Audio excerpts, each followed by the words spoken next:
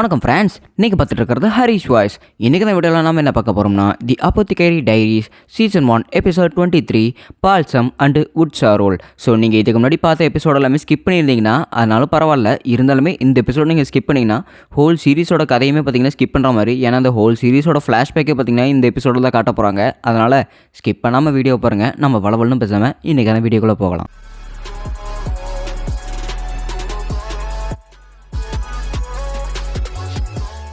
எபிசோடோட ஸ்டார்டிங்லேயே பார்த்தீங்கன்னா இங்கே மெய்மேத்தை கட்டிட்டு இருக்கிறாங்க வெர்டிகல்ஸ் வீட்டில். ஸோ அவங்க பார்த்தீங்கன்னா வீட்டுக்கு பின்புறம் இருக்கிற ஒரு ரூமில் ஜன்னல் திறந்து விடுற மாதிரி இருக்குது. ஸோ வீட்டுக்கு பின்புறம் யார் இருக்காங்கன்னு உங்களுக்கே தெரிஞ்சிருக்கும். அந்த ஓல்டு லேடி பார்த்தீங்கன்னா என் குழந்தை அழுகுது, செல்லக்குட்டி அழுகக்கூடாது அப்படின்னு சொல்லிட்டு பார்த்தீங்கன்னா ஏதோ ஒரு குழந்தை பாட்டு பாடிட்டு இருக்கிற மாதிரி பாடிட்டு இருக்கிறாங்க. அதே சமயத்தில் பார்த்தீங்கன்னா அவங்களோட குழந்தையை காட்டுற மாதிரி மௌமோ கட்டிகிட்டே இருக்கிறாங்க. இவங்களுக்கு முன்னாடி பார்த்தீங்கன்னா லாக்கன் வந்து நின்றுக்கிட்டே இருக்கிறாங்க. ஸோ மௌமோ பார்த்தீங்கன்னா லாக்கனுக்கு முன்னாடி போயிட்டு நான் அவங்க கூட கொஞ்சம் கேம் விளையாடணும், என் கூட கேம் விளையாட வரீங்களா அப்படின்னு சொல்லிட்டு மௌமோ கேட்குறா.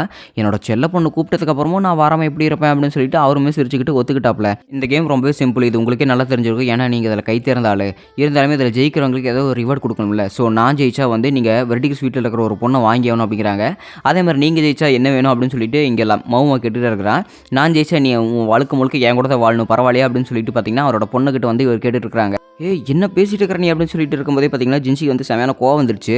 அதே சமயத்தில் மாஸ்டர் ஜின்சி நீங்கள் இதில் தலையிடக்கூடாதுன்னு நீங்கள் ப்ராமிஸ் பண்ணியிருக்கீங்க, நீங்கள் உள்ளே போகக்கூடாது அப்படின்னு சொல்லிட்டு காசு சொல்கிறாங்க. அதே சமயத்தில் பார்த்தீங்கன்னா நான் இங்கே வேலைக்கு சேர்ந்துருக்கிறேன், அதனால் நான் உங்கள் பொண்ணாக வர முடியாது அப்படின்னு சொல்லிட்டு மோமோ சொல்கிறான். நிஜமாலுமே நீங்கள் வேலைக்காக சேர்ந்துருக்கிற அப்படிங்கிறாங்க. ஆமாம் நீங்கள் வேலைக்கு தான் சேர்ந்துருக்கிற அப்படின்னு சொல்லிட்டு இங்கே மோமோ சொல்லிட்டு இருக்கிறா. அப்படின்னா சரி நீ இந்த வெர்டிகல்ஸ் வீட்டில் இருக்கிற ஒரு கொட்டேஷனை வாங்குறதுக்காக தான் எனக்கு இந்த இப்படி பண்ணிட்டு இருக்கிறியா அப்படின்னு சொல்லிட்டு இங்கே வந்து இந்த லாக்கன் வந்து கேட்டுட்டு இருக்கிறாங்க. நான் அதுக்குன்னு இதை சொல்ல மாட்டேன், ஏன்னா அந்த கொட்டேஷன் வீட்டில் இருக்கிற ஒரு பைத்தியக்கார கிளவி ரொம்பவே தொல்லை பண்ணிட்டு இருக்கிற அப்படிங்கிறாங்க. அப்படின்னு சரி இப்போ ஃபஸ்ட்டு மூவ் நம்ம என்ன பண்ணுறது அப்படிங்கிறாங்க. ஆனால் கேம்குள்ளே போகிறதுக்கு முன்னாடி நான் உங்களுக்கு சில விஷயங்கள் சொல்லியானோம். மொத்தம் 2 ரூல்ஸ் இருக்குது. ஸோ இந்த 2 ரூல்ஸில் முதல் ரூல்ஸ்னு சொல்லிட்டு மோமோ பார்த்தீங்கன்னா ஒரு கையில் ஒரு லிக்வர், அதாவது சரக்கு ஓப்பனாக சொல்லணும்னா ஸோ அந்த சரக்கை பார்த்தீங்கன்னா இவன் டம்ளர் எடுத்து ஊற்றி வச்சிட்டா. அது மட்டும் இல்லாமல் அவளோட பாக்கெட்டில் இருந்துட்டு இது மட்டும் இன்னும் ஒரு குட்டி மெடிசன் அப்படின்னு சொல்லிட்டு அதுலேருந்து ஒரு குட்டி பாட்டில் எடுக்கிறா. ஸோ 3 சொட்டு போட்டால் இது நல்ல ஒரு மருந்தாத்திற்கான 3 சொட்டுக்கு மேலே போட்டால் இது கொடூரமான பாய்சன் ஆயிரும் அப்படின்னு சொல்லிட்டு அந்த 3 டம்ளரில் பார்த்தீங்கன்னா இது வந்து ரேண்டமாக ஊற்றி விட்டுட்டா. ஊற்றி விட்டதுக்கப்புறம் ஸோ இந்த மேட்ச்சில் ஜெயிக்கிறவங்க ஒரு கப்பு எடுத்து குடிக்கணும், ஆனால் அந்த ஒரு கப்பை வந்து ஜெயிக்கிறவங்க தான் சூஸ் பண்ணணும் அப்படின்னு சொல்லிட்டு மோமோ சொல்கிறா. சரி செகண்ட் ரூல் என்ன அப்படின்னு சொல்லிட்டு லாக்கன் கேட்டுகிட்டே இருக்கும்போது செகண்ட் ரூல் வந்து யார் ஒருத்தங்க கேம்லேருந்து விலகுறாங்களோ அவங்களும் தோற்றதாக அறிவிக்கப்படுவோம் அப்படின்னு சொல்லிட்டு மோமோ சொல்லிகிட்டே இருக்கிறா. அப்படின்னு சரி நான் கேம் ஒத்துக்கிறேன் அப்படிங்கிறாங்க. அதே சமயத்தில் ஜின்சி மாஸ்டர் இருந்துக்கிட்டு மோமோ நீ சொல்கிறதெல்லாம் சாதாரண மனுஷங்களுக்கு பொருந்தும், நீ பண்ணுறது எல்லாமே எல்லாத்துக்கும் பயமுடுத்தும், ஆனால் நீ முன்னாடி உட்காந்துட்டு இருக்கிறது ஒரு பைத்தியக்காரன், அவன் முன்னாடி நீ என்ன பண்ணாலுமே அவன் பயப்பட மாட்டான் அப்படின்னு ஜின்சி மாஸ்டர் சொல்லிட்டு இருக்கிறாங்க. ஸோ அதே சமயத்தில் பார்த்தீங்கன்னா கேம் ஸ்டார்ட் ஆயிடுச்சு. இவங்க 2 பேரும் பார்த்தீங்கன்னா மும்முரமாக கேம் ஆடிட்டு இருக்கிறாங்க. ஸோ பார்த்தீங்கன்னா மோமோ வந்து தோத்துட்டா. அவ்வளோதான் நீ தோத்துட்ட, இப்போ நீ ஏதாவது ஒரு டம்ளர் எடுத்து குடி அப்படின்னு சொல்லிட்டு பார்த்தீங்கன்னா லாக்கன் வந்து ஒரு விஷ டம்ளர் எடுத்து கொடுக்குறாங்க. ஸோ மோமோ பார்த்தீங்கன்னா ஒரே கல்ப்பாக அடிச்சிட்டா. ஸோ அடுத்த மேட்ச் ஸ்டார்ட் ஆகுது. ஸோ பார்த்தீங்கன்னா மறுபடியும் மோமோ வந்து தோக்குற மாதிரி இருக்குது. அடடா மறுபடியும் தோத்துட்டியா அப்படின்னு சொல்லிட்டு பார்த்தீங்கன்னா இன்னொரு கிளாஸையுமே எடுத்து குடிச்சிட்டா. ஐயோ மோமோ என்ன 2 கிளாஸ் குடிச்சிட்டால, இதுக்கு மேலே ஒரு கிளாஸ் குடிச்சாலுமே அவள் உயிருக்கே ஆபத்தாயிரும் அப்படின்னு சொல்லிட்டு இருக்கிறாங்க. இருந்தாலுமே அவள் குடிச்சோடனே பார்த்தீங்கன்னா இவன் வந்து ஒரு மாதிரி சந்தோஷப்படுறா. எனக்கு தெரிஞ்சு இவன் கண்டிப்பாக இந்த செஸ் கேமில் ஜெயிக்க மாட்டா, ஏன்னா இவன் செஸ் கேம் போடுறதே ஒரு மாஸ்டர் கிட்ட, இவனுக்கு இந்த கேம்னா ரொம்பவே பிடிக்கும் அப்படின்னு சொல்லிட்டு பார்த்தீங்கன்னா ஜின்சி வந்து பேசிகிட்டே இருக்கிறாங்க.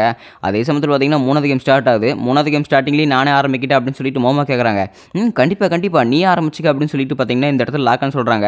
அதே சமயத்தில் பார்த்தீங்கன்னா மறுபடியும் மோமோ வந்து கேமை ஸ்டார்ட் பண்ணிகிட்டே இருக்கிறா. இன்னொரு கப்பு நீ குடிச்சின்னா அவ்வளோதான் நீ சித்திரவடி அப்படின்னு சொல்லிட்டு ஜின்சி வந்து மனசுக்குள்ளே நினச்சிட்டு இருக்காங்க.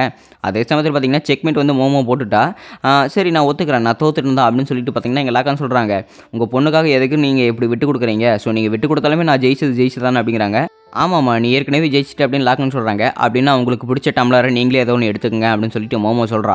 அதே சமயத்தில் மாஸ்டர் ஜின்சி பார்த்தீங்கன்னா யோசிச்சுட்டு இருக்கிறப்பல ஸோ லாக்கன் வந்து இப்போ 2 தடவை தோற்றா தான் மோமோ ஜெயிக்க முடியும். இப்போது லாக்கன் வந்து 2 கப் குடிச்சா தான் மோமோ வந்து இதில் தப்பிக்க முடியும். இப்போ மோமோ ஒரு கப் குடிச்சாலுமே அவள் சாகிறதுக்கான வாய்ப்பு இருக்குது. இப்போ என்ன பண்ணுறதுனே தெரியல அப்படின்னு சொல்லிட்டு ஜின்சி வந்து யோசிச்சுட்டு இருக்கிறாங்க.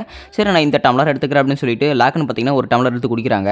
இதோட டேஸ்ட் எப்படி இருக்குன்னு சொல்லிட்டு மோமோட்ட கேட்கும்போது இந்த டேஸ்ட் உண்மையிலே ரொம்பவே கசப்பாக இருக்கும் அப்படின்னு சொல்லிட்டு மோமோ குடிக்கிற முன்னாடி சொல்கிறா. என்ன டேஸ்ட் இது இவ்வளோ கசப்பாக இருக்குது அப்படின்னு சொல்லிட்டு லாக்கன்னு சொல்லும்போது அப்படின்னா இவர் குடிச்ச டம்ளரில் விஷம் கலந்துருக்குது, அப்படின்னா இவருக்கு இனிமேல் விஷம் எப்படி இருக்குன்னு தெரிஞ்சிருச்சு அப்படின்னு சொல்லிட்டு ஜின்சி வந்து யோசிச்சுட்டே இருக்கிறாங்க. அது மட்டும் இல்லாமல் நான் மட்டும் ஜெயிச்சேன்னா நீ என் கூட வந்து வாழணும் அப்படின்னு சொல்லிட்டு பார்த்தீங்கன்னா ஜின்சி வந்து லாக்கன்னு சொல்லி நினச்சி பார்த்துட்டு இருக்கிறாங்க. இருந்தாலுமே எனக்கு ஒரு மாதிரியாக இருக்குது இப்போ அப்படின்னு சொல்லிட்டு பார்த்தீங்கன்னா லாக்கன் வந்து ஒரு மாதிரி தயங்குற மாதிரி இருக்குது. அப்படி பார்த்தீங்கன்னா அவர் குடிச்சிட்டோடனே மயக்கம் போட்டு கீழே வந்துட்டாங்க. ஐயோ என்னாச்சு மோமோ உனக்கு இந்த ஆளை பிடிக்காதா, அதுக்குன்னு ஒரு கப்பு கொடுத்துட்டு செத்துட்டு சாகிற மாதிரி வச்சுட்டா, இது என்ன பாய்சனா, நீ 2 கப் குடிச்சு இப்படி தெம்பன்னு இருக்கிற, உனக்கு நிஜமாலும் இந்த ஆளை பிடிக்காதானே அந்த ஆளை உனக்கு அப்படிங்கிறாங்க. மாஸ்டர் ஜின்சி நீங்கள் ஒன்றும் பயப்படாதீங்க, இவர் ஜஸ்ட் குடிச்சிருக்காரு, அதாவது இவர் போதையாகி இப்படி மயக்கம் போட்டு விழுந்துட்டார் அப்படிங்கிறாங்க. அதே சமயத்தில் மோமோ பார்த்தீங்கன்னா இந்த ஆள் எப்போவுமே ஆல்கஹால் குடிக்க மாட்டா அப்படின்னு சொல்லிட்டு மோமோ சொல்கிறா. ஆமாம் எனக்கும் இப்போ தான் யோசிக்க வருது, அவன் என் ஆஃபீஸுக்கு வரும்போது எல்லாமே வெறும் ஃப்ரூட் ஜூஸை கையில் எடுத்துகிட்டு வருவார், ஆனால் லிக்வர் எடுத்துகிட்டு வர மாட்டார் அப்படின்னு சொல்லிட்டு இருக்கிறாங்க. சரி எப்படி இருந்தாலுமே இவர் தூக்கிட்டு போய் அங்கே போட்டுருங்க, ஏன்னா இவர் கண்ணு முடிச்சு பார்க்கும்போது நம்ம ஒரு பிராத்தில் வாங்க வைக்கணும் அப்படின்னு சொல்லிட்டு பார்த்தீங்கன்னா மோமோ சொல்லிட்டு இருக்கிறா. ஸோ சின்ன வயசில் பார்த்தீங்கன்னா இவளுக்கு ஒரு ஃப்ளாஷ்பேக் ஆட்ட வந்துட்டு இருக்குது. ஸோ நான் பிறந்ததுலேருந்தே மனுஷங்களுக்கு எனக்கு வந்து வித்தியாசம் வந்து எப்போவுமே கண்டுபிடிக்கவே முடியல. எங்கள் அப்பா அம்மாவே வந்து நான் ஒரு மாதிரி யூஸ்லெஸ்ஸாக இருக்கேன்னு சொல்லிட்டு என்னை விட்டுட்டு எங்கள் அப்பா போகிறதுக்காக தயாராகிட்டார். ஆனாலும் எங்கள் அம்மாவோட கடின உழைப்பால் அவர் எப்போவுமே எங்கள் கூட தான் இருந்தார். இருந்தாலுமே எங்கள் வீட்லேயே நான் தான் மூத்த பையன், அதனால் மூத்த பையனுக்கு கிடைக்கிற ஒரு இம்பார்ட்டன்ட் எனக்கு வந்து நல்லாவே கிடச்சிது. ஆனால் எனக்கு யாரையுமே சுத்தமாக பிடிக்கவே இல்லை. ஸோ மனுஷங்களை எந்த அளவுக்கு பிரித்து வைக்கணும், அவங்களோட வாய்ஸ், அவங்களோட பிஹேவியர், இல்லைனா அவங்களோட கட்டமைப்பு, அவங்களோட மூஞ்சி, அதை பார்த்தா எனக்கு வித்தியாசம் பண்ணுவாங்க. ஆனால் எனக்கு மூஞ்சியை பார்த்து எனக்கு எதுவுமே வித்தியாசமே தெரியல. ஸோ அப்பா வந்து எனக்கு உதவி பண்ணவர் தான் என்னோட அங்கிள்.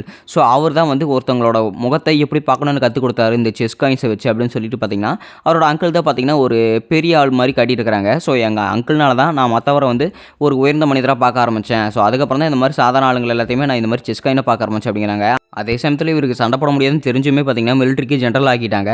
அதே சமயத்தில் போக போக இவரோட வாழ்க்கை நல்லா போயிட்டே இருக்குது. ஆனால் இவர் வெரிடிகிரிஸ் வீட்டுக்கு போகிறப்ப ஸோ அந்த இடத்துல பார்த்தீங்கன்னா நிறைய பேர் சுற்றி முற்றி பார்த்துட்டு இருக்காங்க. என்னன்னு பார்த்தா இவர் black and white chess coin பார்த்தீங்கன்னா விளையாண்டுருக்காங்க. இந்த உலகத்தையே நான் வெறும் கருப்பு விளையாட்ட பார்த்துட்டு இருந்தேன், என்னை யாராலையுமே தோக்க முடியாது மிலிட்ரியில்.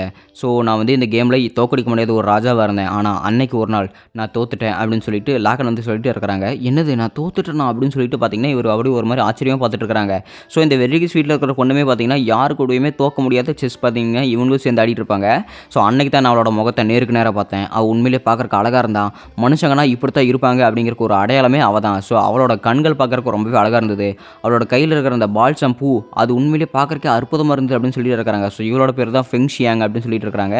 அப்படின்னு சரி நம்ம இன்னொரு மேட்ச் போடலாம் அப்படின்னு சொல்லிட்டு அந்த இடத்துல குட்டி மெய் கூப்பிட்டு பார்த்தீங்கன்னா இவங்க கேம் ஆடிட்டே இருக்கிறாங்க. ஸோ ரொம்ப நாள் கழிச்சு, அதாவது பல வருஷமாக நான் இவ கூடயே உட்காந்து இந்த செஸ் கேம் விளாண்டுருந்தேன் அப்படின்னு சொல்லிட்டு லாக்குன்னு சொல்லிட்டே இருக்கிறாங்க.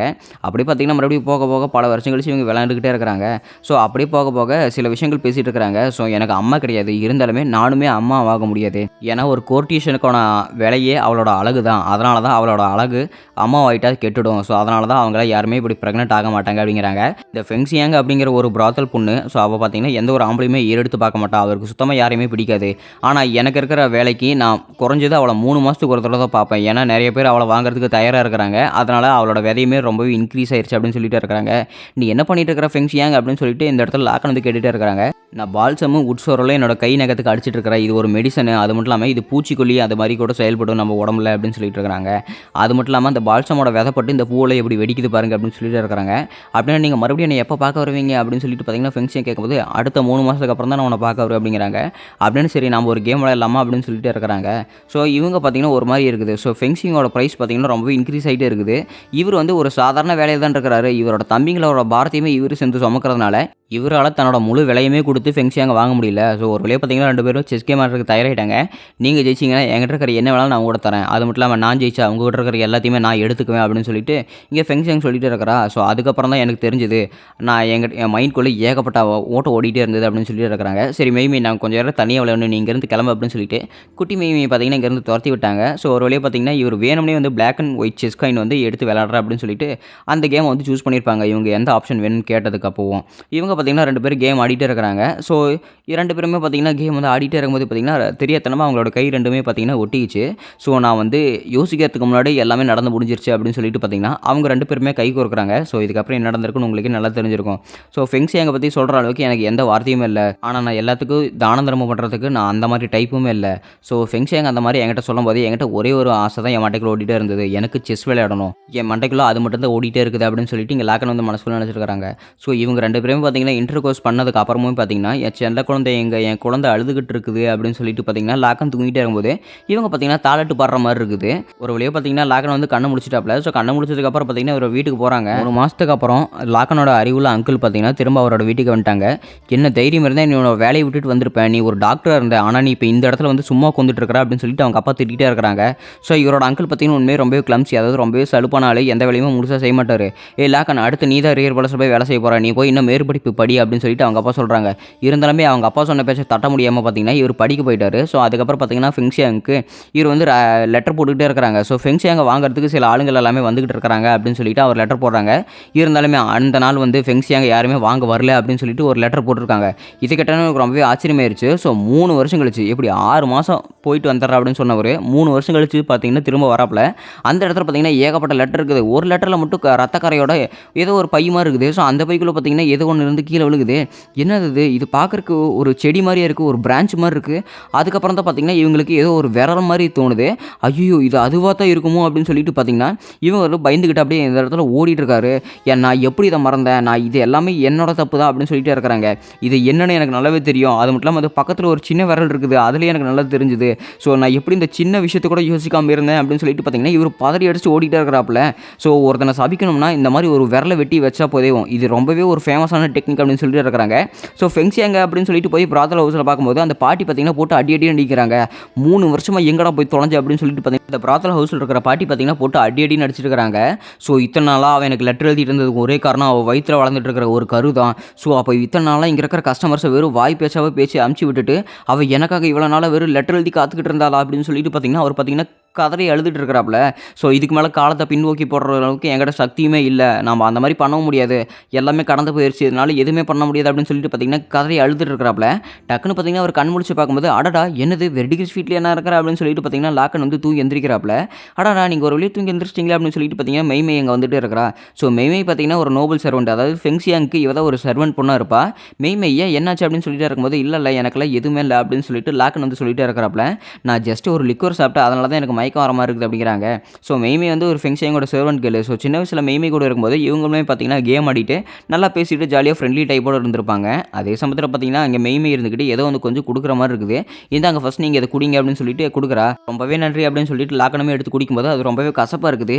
என்னது இது இவ்வளோ கசப்பாக இருக்குது அப்படின்னு சொல்லிட்டு இருக்கும்போது மோமோ தான் உங்களுக்கு இது கொடுக்க சொன்ன அப்படிங்கிறாங்க. அதே சமயத்தில் பார்த்தீங்கன்னா என்னது செல்ல பொண்ணு மோமோ எனக்காகவே இதெல்லாம் செஞ்சு எனக்கு கொடுத்தாலா ரொம்பவே நல்லது அப்படிங்கிறாங்க. அதே சமயத்தில் இந்த பெட்டி உங்ககிட்ட கொடுக்க சொன்னா அப்படின்னு சொல்லிட்டு இன்னொரு பெட்டி கொடுக்குறாங்க. அந்த பெட்டி திறந்து பார்த்தா அதுக்குள்ளே பார்த்தீங்கன்னா ஒரு ப்ளூ ரோஸ் வாடி போனது இருக்குது. என்னது ஒரு வாடி போன ரோஸ் அப்படியே இருக்குது அப்படிங்கிறாங்க. செடி என்னதான் வாடி போனாலுமே அதோட மகத்துவம் என்ன குறையில பார்த்தீங்களா அப்படின்னு சொல்லிட்டு மெய்மே சொல்கிறா. இது சொன்னோன்னே பார்த்தீங்கன்னா இவருக்கு ஏதோ ஒரு மனசில் தோன்ற மாதிரி இருக்குது. ஸோ இந்த எபிசோட நீங்கள் ஃபுல்லாக பார்த்துருந்தீங்கன்னா உங்களுக்கு இந்த ஃபீல் வந்து உங்களுக்கு புரிஞ்சிருக்கும். அதே சமயத்தில் வெர்டிகல் வீட்டில் விட்டுட்டு பேசன் கூட மௌமோ பார்த்தீங்கன்னா போயிட்டே இருக்கிறா. அவளோட பேக்கெட் வந்து பார்த்தீங்கன்னா அதே ப்ளூ ரோசஸ் எடுக்கிற மாதிரி இருக்குது. அதோட பார்த்தீங்கன்னா இந்த எபிசோடு முடிக்கப்பட்டது. இந்த எபிசோடோட கான்டெக்ட் உங்களுக்கு நல்லா புரிஞ்சிருக்குன்னு நினைக்கிறேன். ஏன்னா வந்து லாக்கன் அப்படிங்கிற ஒருத்தர் வந்து அவரோட அப்பாவோட வலுக்கட்டாயத்தினால அவர் வந்து 6 மாதத்துலேயே போயிட்டு படிச்சுட்டு திரும்பி வந்துடுறேன் அப்படின்னு சொன்னவர் 3 வருஷம் கழிச்சு திரும்ப வராங்க. ஸோ இவங்க படிக்க போகிறதுக்கு முன்னாடி பார்த்தீங்கன்னா இவங்க 2 பேருமே ஒரு இன்டர் கோர்ஸில் ஈடுபட்டிருப்பாங்க. அதில் பார்த்தீங்கன்னா இங்கே ஃபெங்ஷியாங் வந்து இப்போ கர்ப்பமாயிருப்பாங்க. அதனால் பார்த்தீங்கன்னா அவங்களோட ஃபுல் வேலையுமே குறைஞ்சிருச்சு. ஸோ இவர் அப்படியே போக போக இவங்களுக்கு இது அந்த நோயுமே வந்து தொற்று வந்திருக்குது. அது மட்டும் இல்லாமல்